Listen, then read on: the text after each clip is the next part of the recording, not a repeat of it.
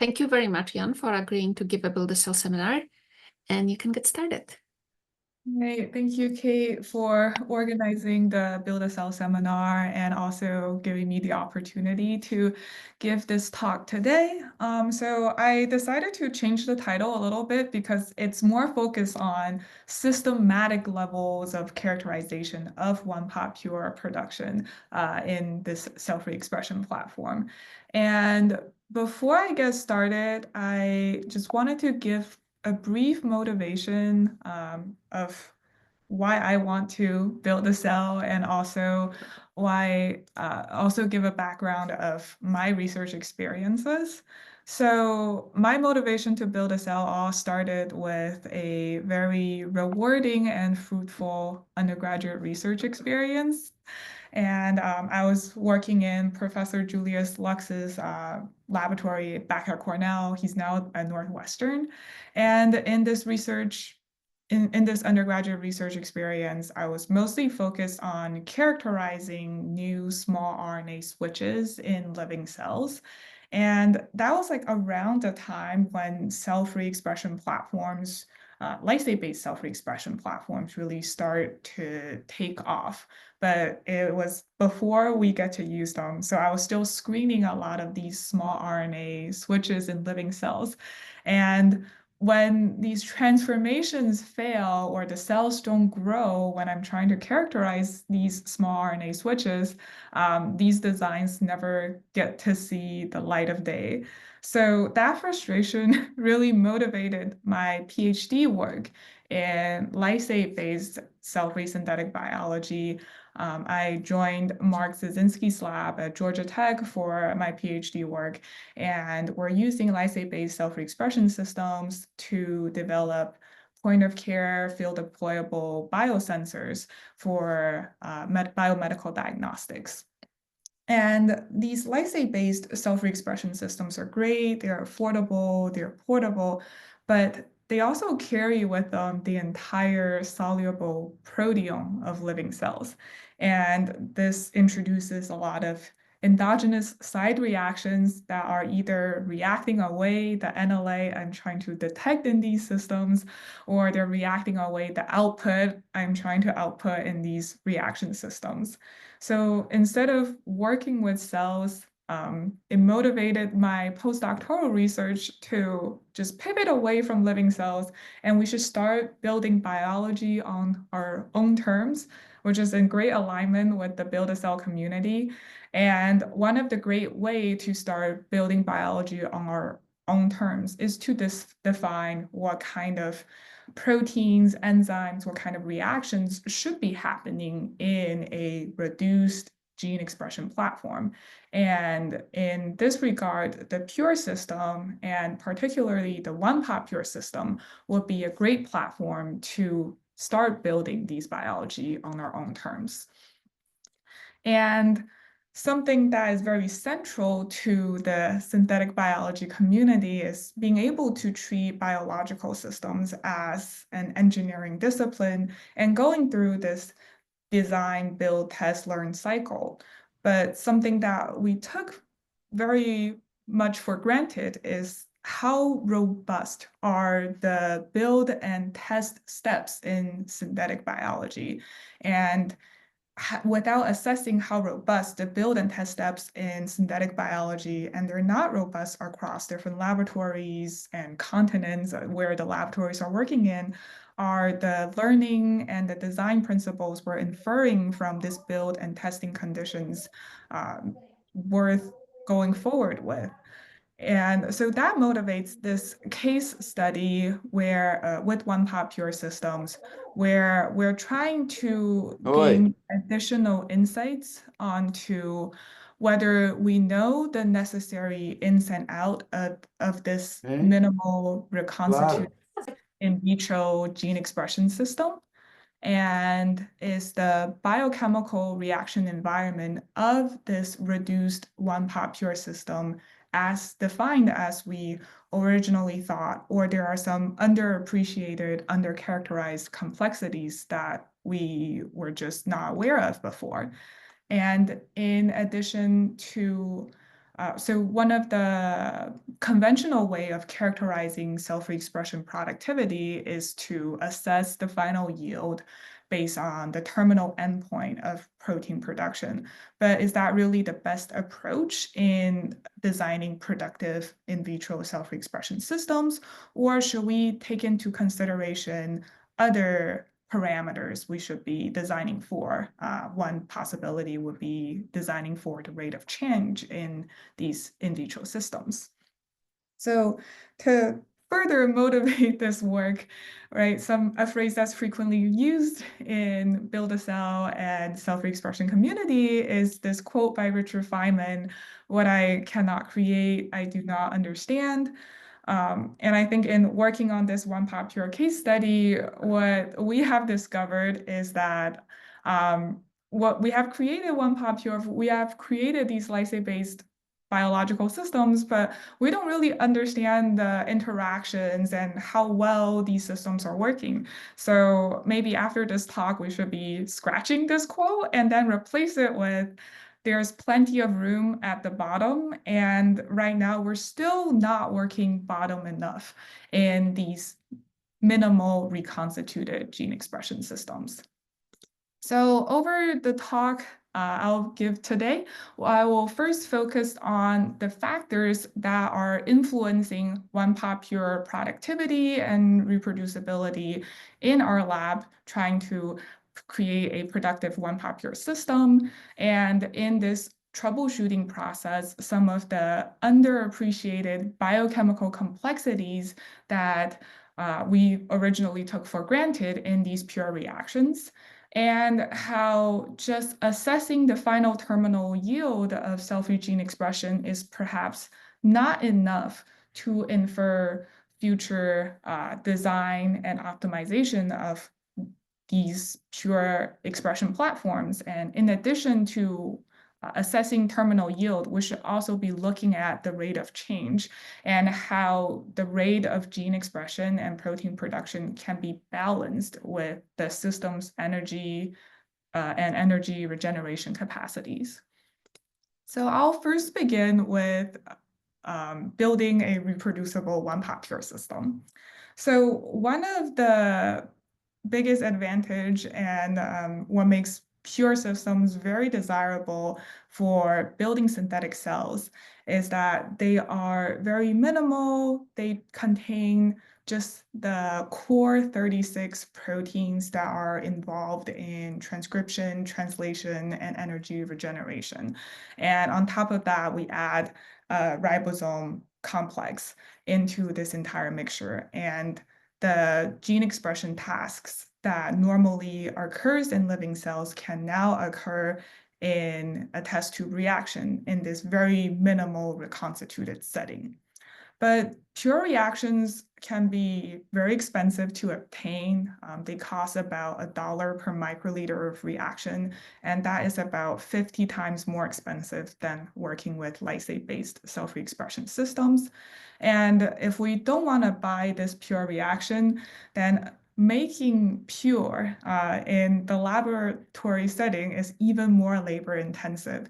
Just imagine having to painstakingly go through purifications of each of these proteins, going through the process of culturing them, lysing them, analyzing them, and then repeating this for each of the proteins 37 times. And at the end, we can finally pool these purified proteins and assemble the final one-pot pure reaction. And that is just a lot of work. And for labs that have a very well-established pure making workflow, this whole process with some parallelization takes still at least 3 weeks to complete.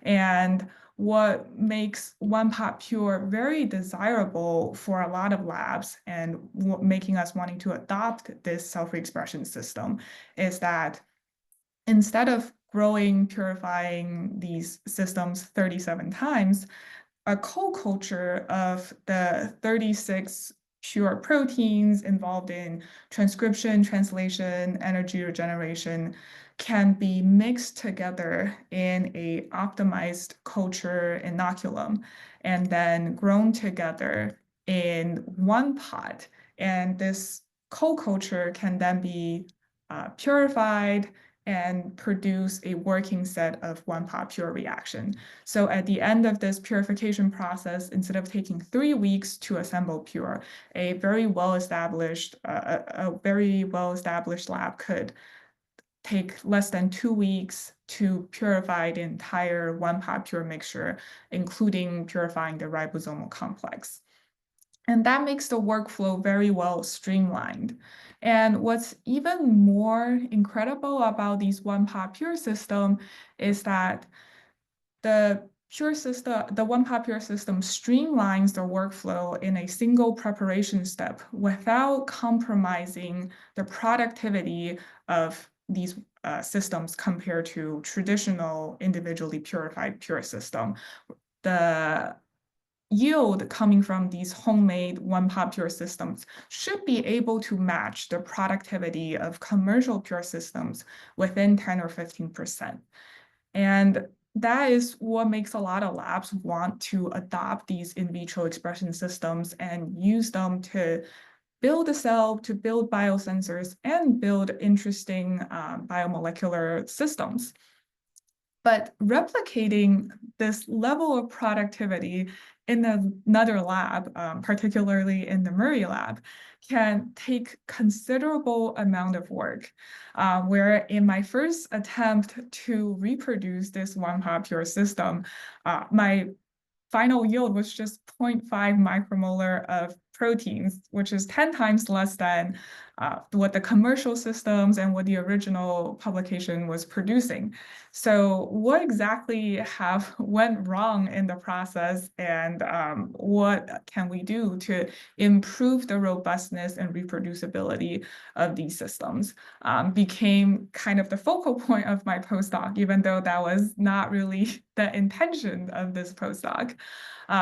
So that is what makes my background introduction really handy in this point is I spent my entire PhD developing cell-free biosensors. So I should be good at making cell-free expression systems, right? In looking at this really little final protein yield, the first things that cross my mind in the troubleshooting process is, well, are my expression vectors correct? So we got all of our expression vectors from @gene and we sequence verified them. There weren't any noticeable mutations and they were transforming fine. So probably not coming from the expression vectors.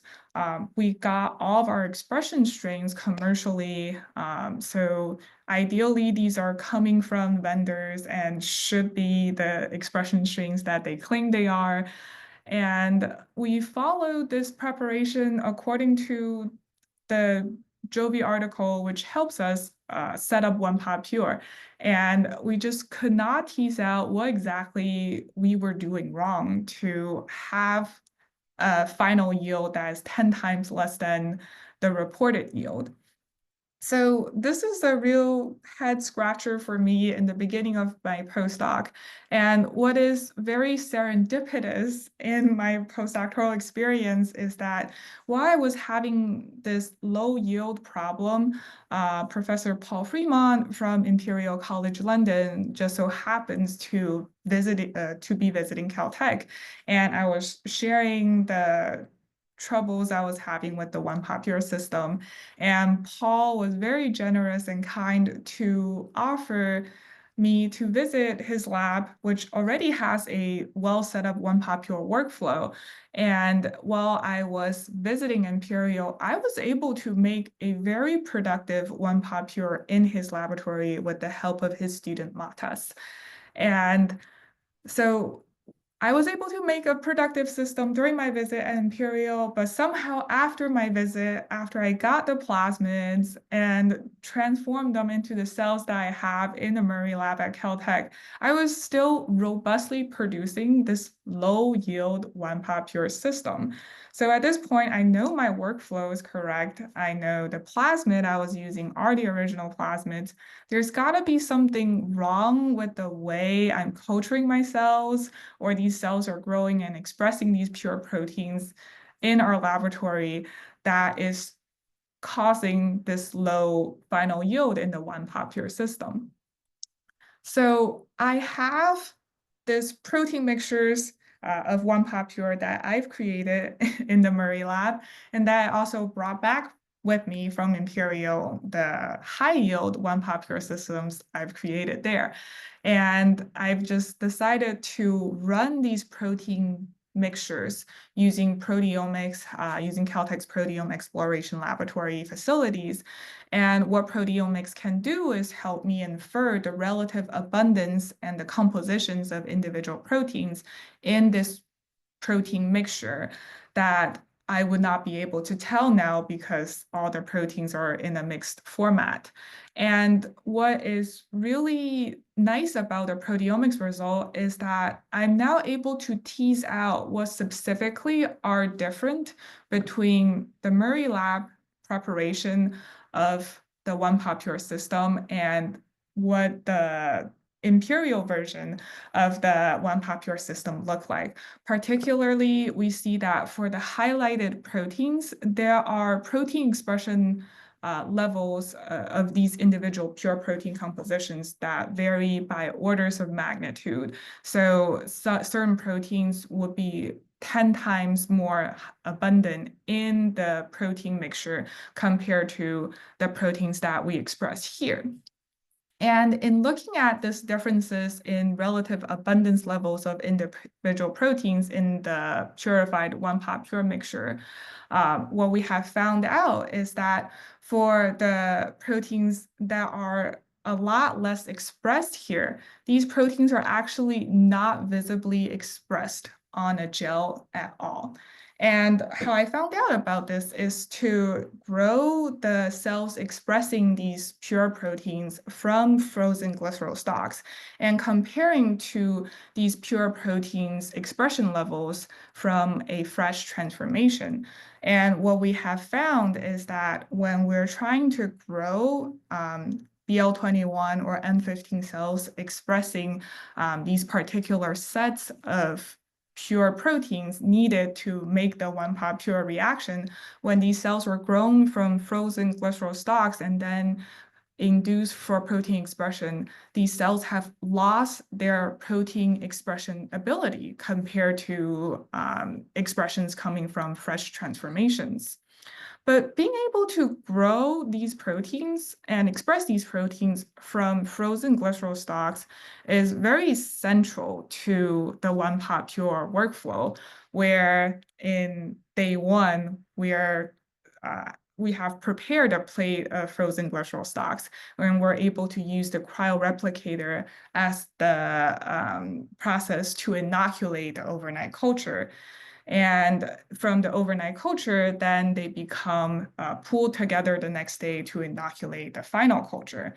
And not being able to grow these proteins from frozen glycerol stalks would mean that I would have to do 36 fresh transformations every time I make a one-pot pure mixture. And it's so labor intensive and prone to contamination that I just refuse to do fresh transformations. There's got to be a way we can grow these cells and then retain their protein expression capability from frozen glycerol stalks. And this motivated me to look into how are these proteins expressed and regulated? And maybe it is in the process of trying to revive these cells from frozen glycerol stalks and having them express their proteins, there is some selection, there's some genetic instability that is motivating the proteins to lose expression levels. So that motivated us to look into how these pure protein expressions are regulated in the original one-pot pure system. So in the original one-pot pure system, the expression of these 36 proteins are divided into two expression strings, the N15 PREP4 expression string and the BL21D3 expression string. And in both scenarios, the pure protein expression is originally repressed by the LACI repressor. So in N15, the PREP4 carries the constitutive LACI expression that's repressing pure protein production in the background state. and then adding IPTG activates pure protein expression by de-repressing the LACHI repressor. And for BL21D3, LACHI is repressing the T7 RNA polymerase that is driving pure protein expression from a T7 promoter. So in both cases, insufficient amount of LACHI repression would activate background expression of these pure proteins, and that would be very genetically burdensome for the cells coming from -80 and then trying to grow overnight and then being used to produce these pure proteins via recombinant expression. So what would increase the genetic stability and these expression levels would be to ensure very tight off-state repression of these pure protein expression. And one of the methods to do that is to upregulate the amount of LACHI repressors in the off state. And hopefully being able to upregulate the amount of LACHI repressor in the off state without having to do any expression vector, genetic, or string modifications, because that would involve having to clone 36 expression vectors and then retransform the cells 36 times.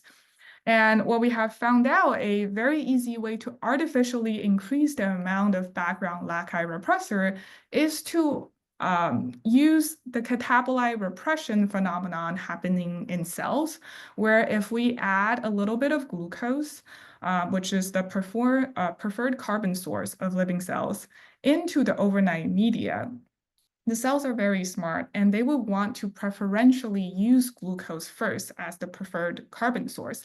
And in the process of doing so, they will upregulate the amount of secondary metabolite repressors, such as LACHI, in the cells to repress activation of secondary metabolite utilization pathway. So by simply adding some glucose into the overnight media, we're able to artificially increase the amount of LACHI repressors in living cells, and it will lead to higher repression of these pure protein production as they were growing in the overnight culture.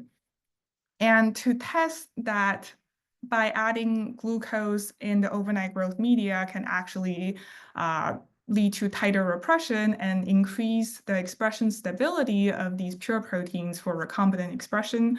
We did passaging assays where we took original glycerol stock made from fresh transformations, use that to inoculate a liquid culture, and then use this inoculated liquid culture and made this into a new passaged glycerol stock and repeated this passaging about 5 times. And then in each time checking for genetic stability and if there's any loss of pure protein expression in living cells. And what we have saw is that by adding 1% glucose into the overnight media, these cells are now more genetically stably maintained because there is now higher repression of pure protein production at the off state. And even by repeating this passaging 5 times, we're still seeing faithful protein expression of the pure proteins in these passaged media grown from frozen glycerol stocks.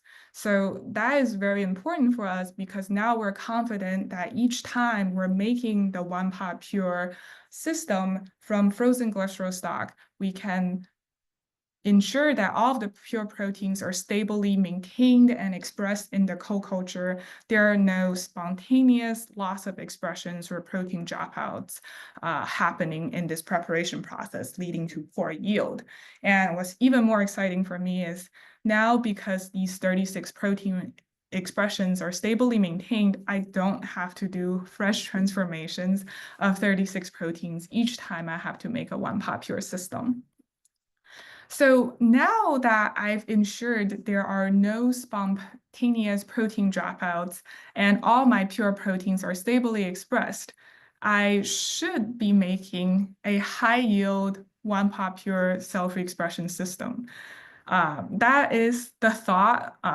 I did have higher expression of in vitro cell-free protein production from this full set of 1-pot pure system, but still not at the productivity of the commercial system for GFP production. So the improvement from a full set of 1-part pure protein mixture improved by threefold, but it's still threefold less than what commercial systems are in producing these final protein yields. So just to really hone in on there isn't anything wrong with my homemade energy solution, I also placed these 1-part pure proteins in a commercial energy solution and found out that, all right, so it wasn't my energy solution was unproductive. All my pure proteins are expressed. And even in what should be a highly productive commercial energy solution, these 1-part pure proteins are still not able to produce proteins at the productivity of a full set of commercial pure protein systems. So I was trying to figure out why. And what I could do is to just run proteomics again on the 1-part pure that I've created and compare it to the formulations of a commercial pure system. So I did proteomics assessing how the relative abundance and compositions of individual pure proteins compare to the commercial system.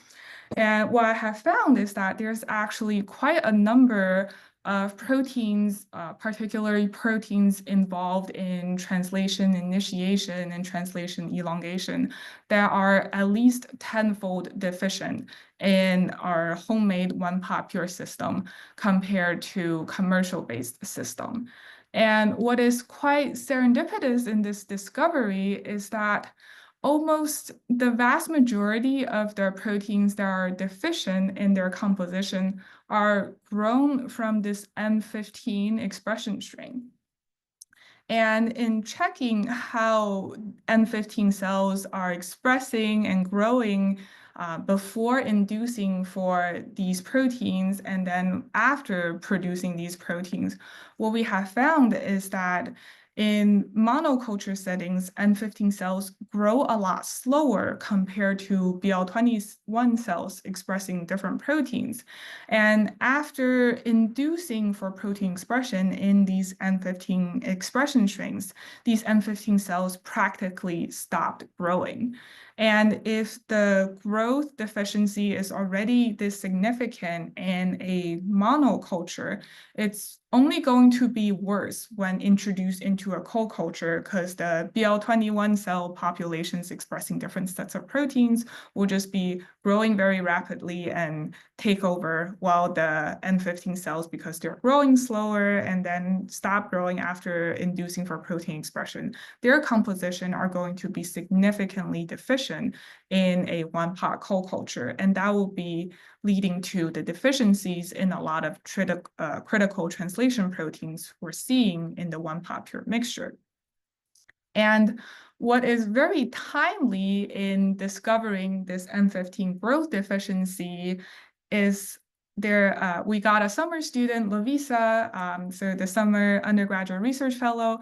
What Lavisa was doing at the same time was actually trying to purify T7 RNA polymerase using the M15 PRIP4 expression strain. And what she discovered is that there may be Omptin family outer membrane protease that are present in the M15 expression cells, particularly when she was purifying this T7 RNAP and she was checking for expression of this protein in cells before purification, and then went through the purification and even adding protease inhibitor cocktails in her purification mix.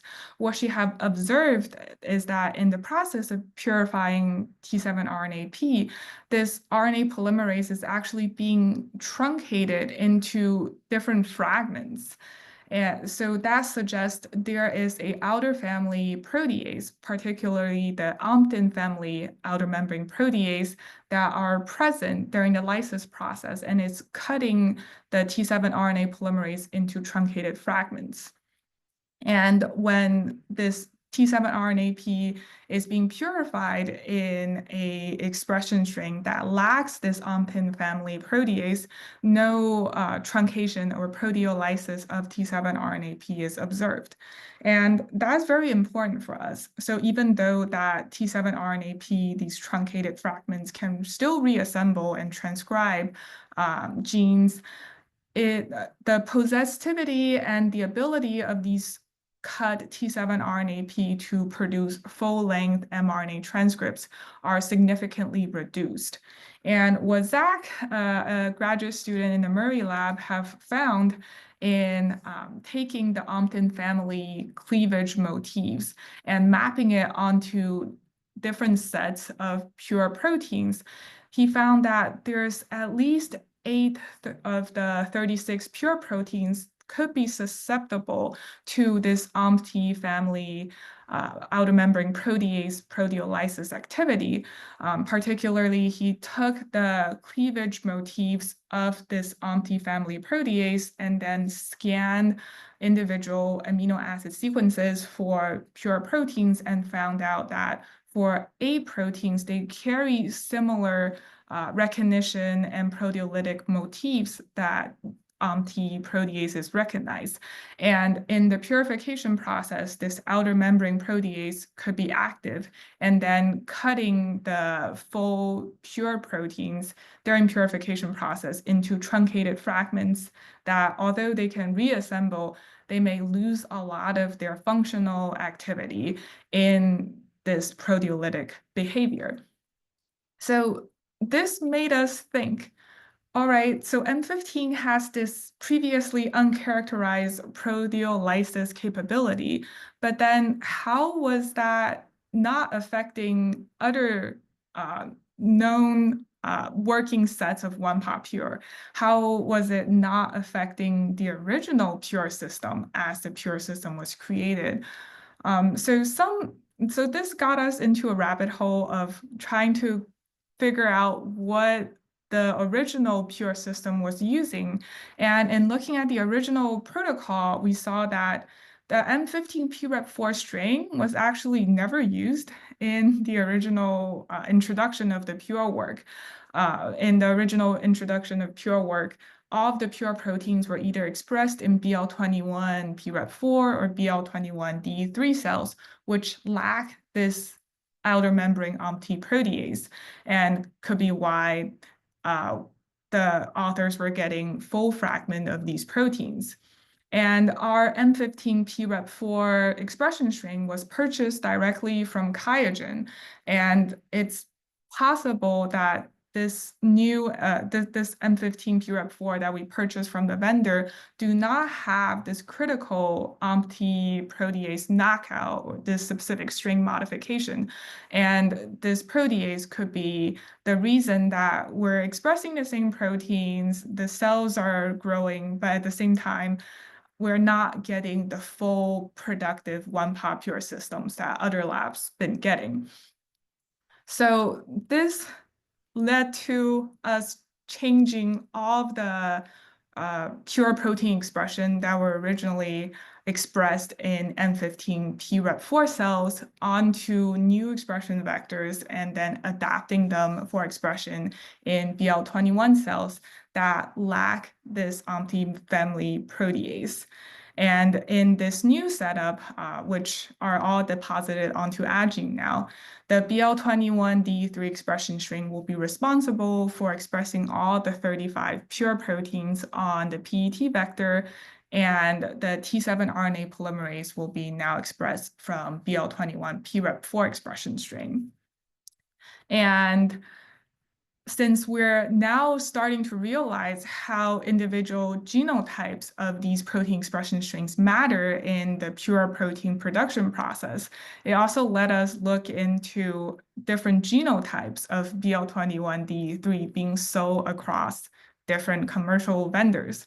So for BL21D3, even though they are having the same name, the genotypes being sold by different vendors could actually be different, and that will indicate different behaviors of these expression strains.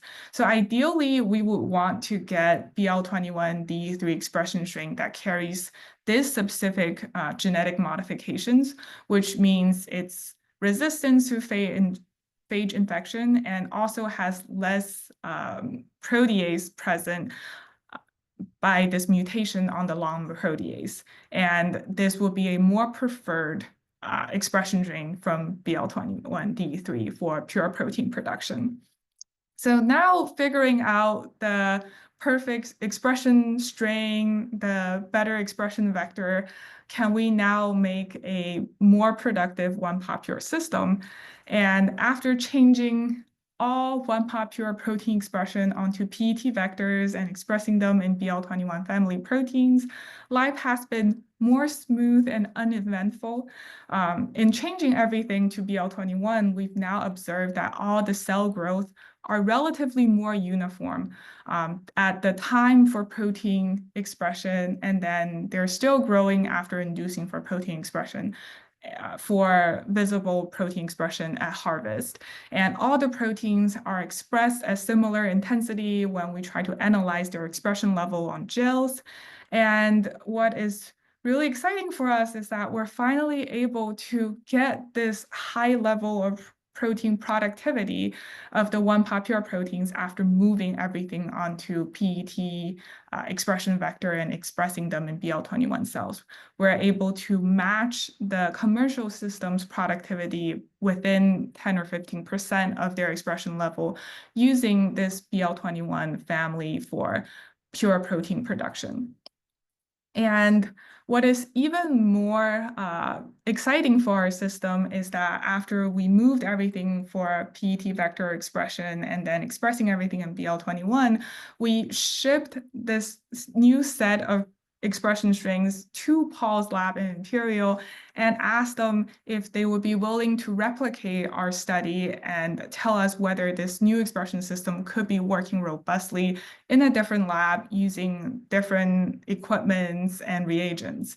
And what's very thrilling for us is that when Matas went in, transformed the plasmid, expressed the cells, and made the new one-pot pure mixture, it ended up working the first time.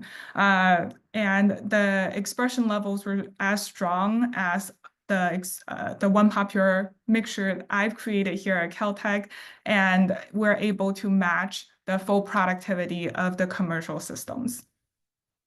So that is very exciting for us in just getting down a robust cell-free expression platform that works across laboratories, across continents, because going through synthetic biology's design, build, test, learn cycle rests on a very robust build and test process. So if you're interested in working with the system and wanting to get this from us, please also share your experience in working with the system so we are aware of where are the failure modes and where are possible points for lack of robustness and difficulties in reproducing the results. So now we have a working one-pot pure system, but we also have to discuss the biochemical formulations that powers the gene expression level of one-pot pure reactions. Particularly, we're finding that there are certain elements and certain complexities in the biochemical reaction formulation that we have overlooked. And it only came back recently because now all the tRNAs are discontinued. How are we even going to get E. coli tRNAs powering these cell-free gene expression platforms? So what happened as we were trying to troubleshoot one-pot pure reactions, getting high productivity, we've been focusing on whether the proteins are expressed, whether the proteins are expressed at the right concentration. But what we have overlooked is that there's also complexity in E. coli tRNA. And in the process of troubleshooting, we have found out that The MRE 600 tRNA we have been using was discontinued in 2022. And I just found out a couple months ago that E. coli W tRNA has now been discontinued. So how are we going to get tRNAs powering these cell-free gene expressions? And while tRNAs don't really matter much for lysate-based cell-free reactions, which carries a lot of the endogenous tRNA pool with them during the lysate purification process, so even by not adding tRNA in lysate-based cell-free energy mixes, the lysate-based cell-free system can still express genes quite well. But pure systems, each individual proteins are column purified, and going through this column purification process, endogenous tRNA are being removed. And pure and one-pot pure system lack this tRNA pool. So the quality and the compositions of tRNAs attaching amino acids onto the synthesized peptide is now becoming even more important. And how we discovered this phenomenon is simply we ran out of the original MRE 600 tRNA and now had to replace it with string W tRNA. And in using the same robust one-pot pure system we have created expressing the same reporter plasmid, what we have found is that there is this critical bottleneck that are present in using string W tRNA, that the reaction rate is much slower and the productivity of the systems do not get above 1 micromolar of GFP at the end of the reaction. And from looking at the rate and comparing the rate of gene expression, it's easy to identify that there's got to be some critical tRNA that are used in the coding sequence to make GFP that could be deficient in the string W's tRNA pool. And that is causing slow and low terminal yield in energy solutions made with string W tRNA. So one possibility is to look at maybe it's the codon usage of GFP protein, and maybe we just need to optimize the codon usage in GFP protein to string W's codon. But that codon optimization somehow made it worse. When we switched original D GFP protein to string W optimized codon usage, we actually saw a reduction in the final protein expression. And that what's even more interesting is that the rate of expression is able to match the rate of expression for original DGFP, but then there's a severe drop in the expression rate at 1 hour into the reaction. And this severe drop in expression could also be mapped onto, it could be particularly the codon usage we're using, because now this tRNA mixture, we don't know how much individual tRNA are present for specific codon. So we actually don't know how to codon optimize our proteins to match the available tRNA pool in this system and make maximum use of the tRNAs that we build into our system. So in addition to optimizing for a productive one-pot pure proteome, we also need to have some knowledge of what are the abundance levels and the composition for the tRNA pool that we're adding into these cell-free reactions. In particular, what are the relative abundance levels? How should we optimize the codon usage in our sequence? And there are two approaches that I thought are worth exploring going forward. One is to characterize the relative abundance of tRNA that we harvest from living cells. And it's probably the easier way to obtain mass quantities of tRNA. And from these relative abundance levels, we're able to optimize codon usage in our gene expression tasks to the available tRNA pool. But at the same time, we're limited to what tRNAs are available, and sometimes we can optimize codon usage, but it still does not reflect well with the host's tRNA codon usage. And we're also given, because we're building this minimal system from scratch, another possibility is to design a minimal tRNA system where each amino acid has just one corresponding codon usage. And in this way, we can control what the abundance level and the concentration of individual tRNA that we add into the reaction. But it will be more costly to obtain these tRNA from in vitro transcription and adding these tRNA at the known levels of quantity. So two possible approaches, and each could be advantageous for their specific applications. And in addition to the need to know the tRNA pool, in addition to making biochemical modifications, what we have also noticed is that sustained high-yield gene expression requires a balance with the system's energy regeneration capacity. So now that we cannot use homemade energy solutions, we thought maybe we'll just go ahead and use commercial vendors' energy solution going forward. So we're using the same more robust 1-pop pure protein mixtures we've made and the same reporter protein, but all we do is vary the commercial energy solutions that we add into these systems. And we're observing really interesting differences in system dynamics and behaviors. In particular, when we use vendor A's energy solution, what we have noticed is that compared to the original reference reaction, which uses vendor A's protein mixture, when we add 1-pop pure mixture at a lower concentration, so at 2.5 mg per mil in reaction, it's able to match the final protein yield quite well compared to the commercial system. But when we add more 1-pop pure proteins into the in vitro reaction, the reaction rate is now faster, but it also terminates faster.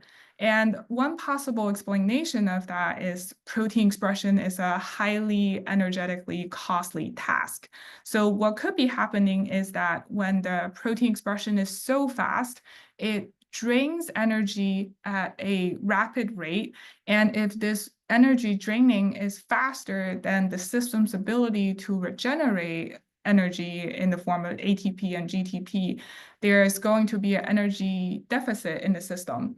And that will cause protein expression to terminate prematurely because the system now ran out of energy to synthesize new proteins, and that could lead to truncated fragments and premature termination, even though the system may have the energy capacity to produce more proteins. But in another vendor's energy solution, the opposite is actually the case, where when we add more pure proteins, the production got better. They also run into the similar rate issue where when the expression rate surpass the reference reaction's energy production capacity, then a more steeper drop of protein expression rate happens. And it could also be coming from this deficit in energy. So in addition to optimizing the proteome composition, the tRNA composition for translation efficiency, it's also important to match the gene expression tasks with the rate of energy regeneration that's happening in the system. So to achieve a productive 1-pop pure reaction, there's actually require a system level design, and what the proteome composition looks like are the enzymes expressed at the desirable levels, and are the tRNA pool reflecting well with the coding sequences in the the genes we're trying to express. And as the proteome and the tRNA are working together to express our genes, is our system's energy regeneration capacity matching well? And something that Richard kind of looks at in this system is, oh, I wish there's a system level model describing all of these types of reactions happening. And I'm gaining increasing appreciation that these systems level model is necessary to build robust high yield systems producing the genes that we want. It would be nice to be able to have a model where we put in the gene expression sequence and it will let us know that it will for sure output 5 micromolar to 10 micromolar of certain proteins, just from the way we design these gene expression tasks. So all of these work are made possible by a bunch of really great collaborators and undergraduate students and graduate students working on this.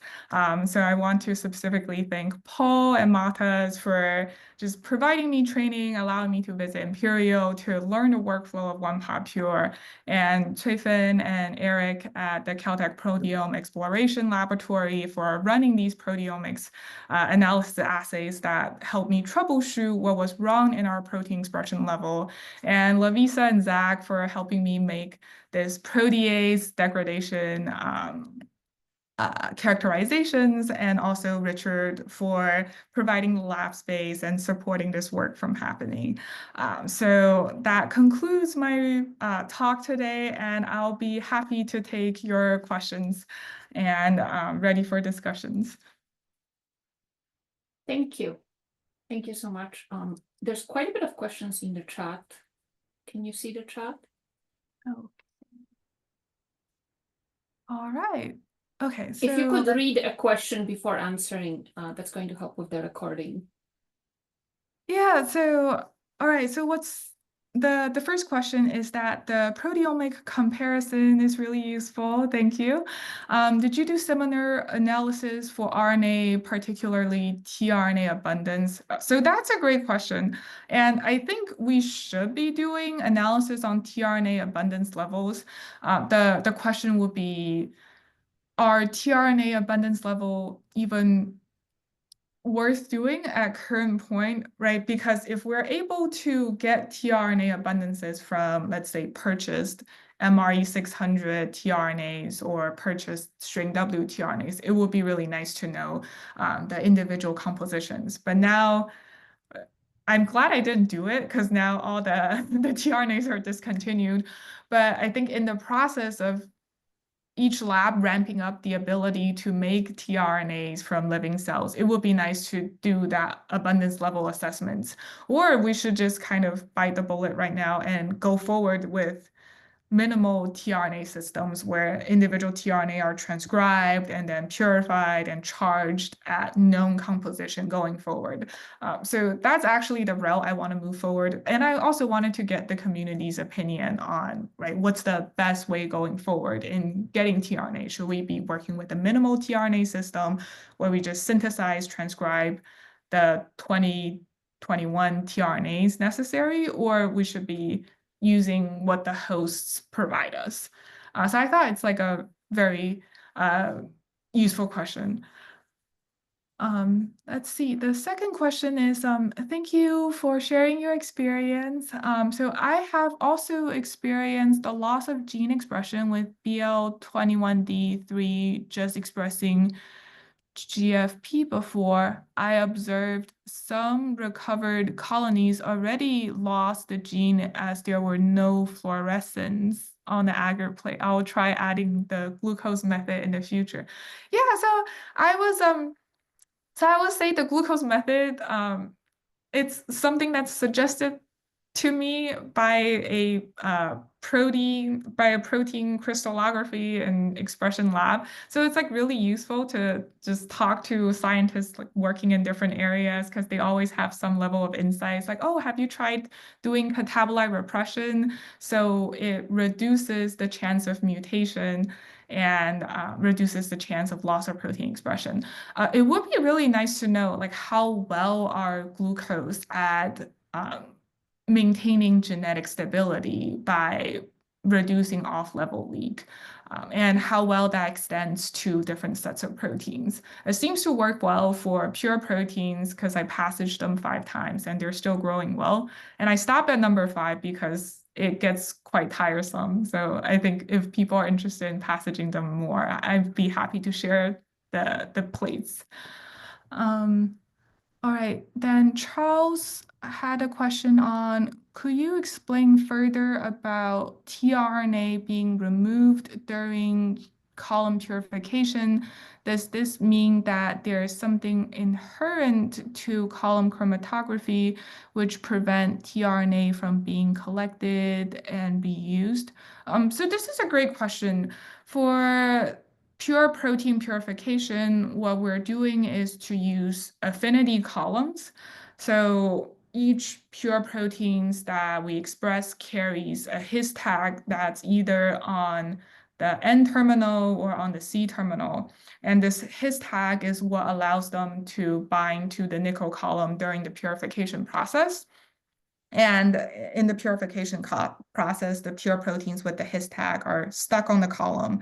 And then all the proteins that don't carry the his tag or don't have any affinity for nickel columns will be removed in the workflow. So tRNAs, which lack the ability to bind to the nickel column, would be eluded in the just passing the lysate through the column. And that prevents tRNA from being collected and reused.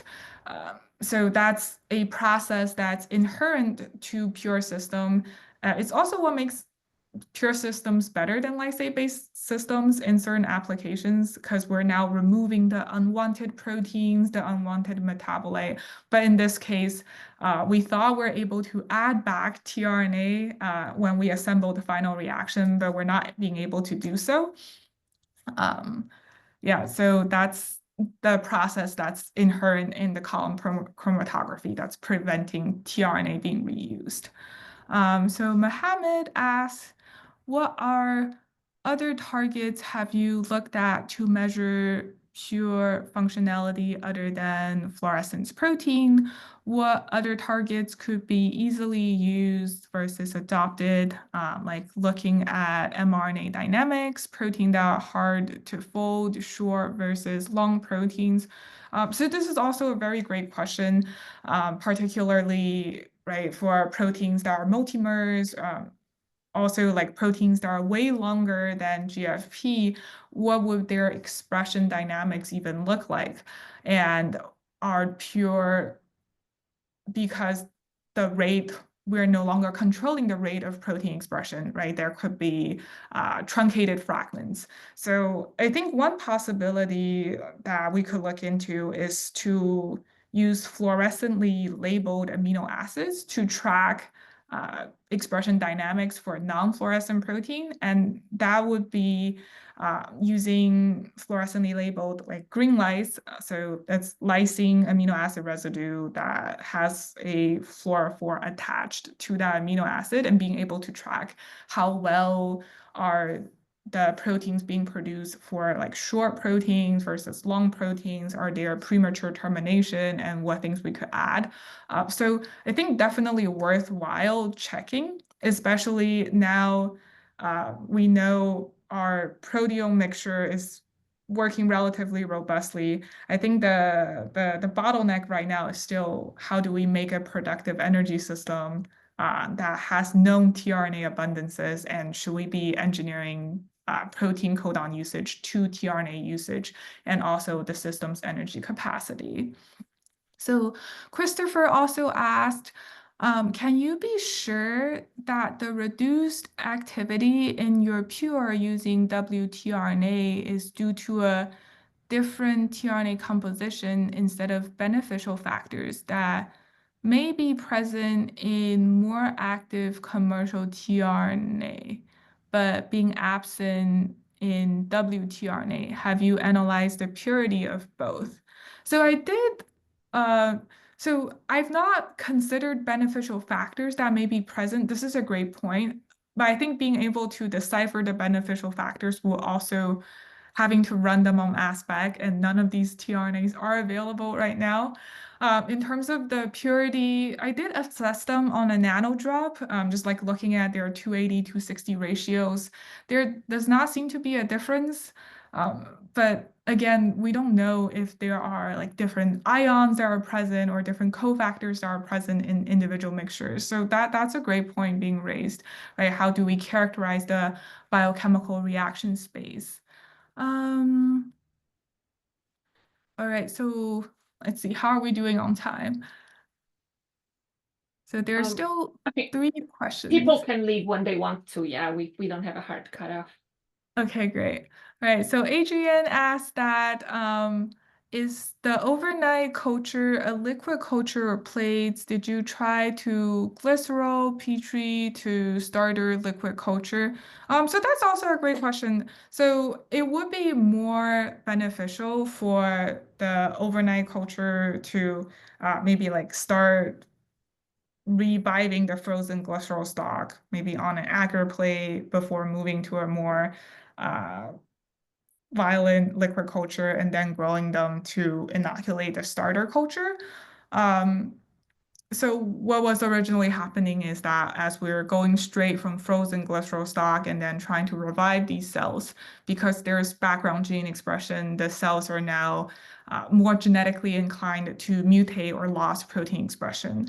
And we have solved it with just adding glucose, and doing this in liquid culture just saves us a day from growing them from petri dishes. The cells could be growing a lot better by placing them in petri dishes, that's for sure. And I think it could be something worth looking into, that's like growing them on petri dishes enhance their growth. And Carolina asked, do you think the lessons learned from bacterial pure will help developing pure based on other systems? So that's also a very great question, right? If we possess the ability to make E. coli pure, can we extend pure to include transcription factors, translation factors, but not from E. coli, maybe from another protein? I think that is possible. It will just depend on how well is the host expression strain at expressing these recombinant pure systems. Because right now, what pure is producing is it's expressing things that would normally or artificially be expressed well in E. coli cells. So making these proteins, let's say we're trying to express ribosomes from another cell, let's say bacillus, right? So do bacillus ribosome express well in E. coli cells, or what would even be the host strain to express bacillus ribosomes? I think that's a important topic to look into, right? And that would have to start with what host string would be the most suitable for recombinant expression to develop pure systems based on other systems. And that would be a very interesting direction to start looking at. And then Hannah asked, is post-transcriptional machinery included in Pure, or will it be in the future? Or will Pure mostly use unmodified tRNA once we start transcribing tRNA for self-replication in Pure? So this is a great point. A lot of the post transcriptional modification machineries necessary for functionalizing tRNA and getting them into a functional form may be missing in Pure. And a possibility to reintroduce them in Pure is to have Pure systems also carry recombinant expression of these transcriptional modification machineries. So instead of doing Pure on 36 strings, right, the future Pure could be based on 40, 60 something strings. So all these transcriptional modification machineries necessary to modify tRNA and getting them into the functional form will be present in the final Pure mixture. And then how to optimize the expression level and the inoculum for the new Pure system to include these post-transcriptional machineries, that will be another project based on itself, but it will be very important going forward as we're transcribing these tRNAs and then have the one pot Pure now be like 60 strings, and it's able to functionalize in vitro transcribe the tRNA into its functional form. So yeah, I think these are all just like really great questions, and it's very exciting to look at these questions and think about where the field could be going, some of the next set of projects going for One Pot Pure. Yeah, I think I want to thank the audience. These are great sets of questions. It's nice to think about where the field could be going in these questions. Thank you. Thank you so much for answering all the questions. I really like the discussion because I'm really looking forward to getting the Pure to the point when it's self-replicating and we can really scale it up.